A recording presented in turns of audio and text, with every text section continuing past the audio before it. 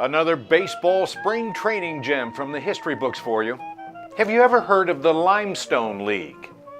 Well, it contains some big-name teams from the American and National Leagues, with two of them based here in French Lick.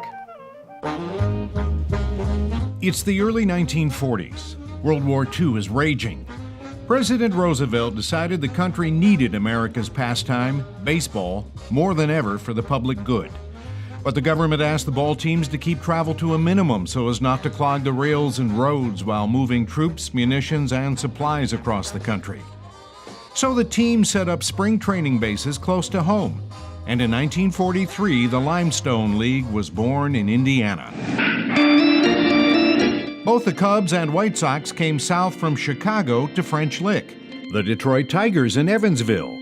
The Cincinnati Reds were in Bloomington. The Pittsburgh Pirates in Muncie, and the Cleveland Indians in Lafayette. Imagine the excitement in the Springs Valley with both the Cubs and the White Sox in French Lick. Remember, West Baden was a Jesuit seminary at the time. Depending on the weather and our all-too-common spring floods, workout space could be limited. Part of the French Lick Hotel's lower golf course was turned into a ball field, and the teams often bickered over who had first dibs, which led to the posting of this sign by the Cubs. That spring training could also be suddenly cut quite short, as in the case of White Sox standout second baseman Don Callaway.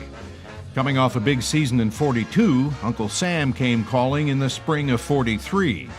Callaway went from French Lick to the U.S. Army, where he would participate in the D-Day assault on Omaha Beach and earn a Bronze Star for heroism.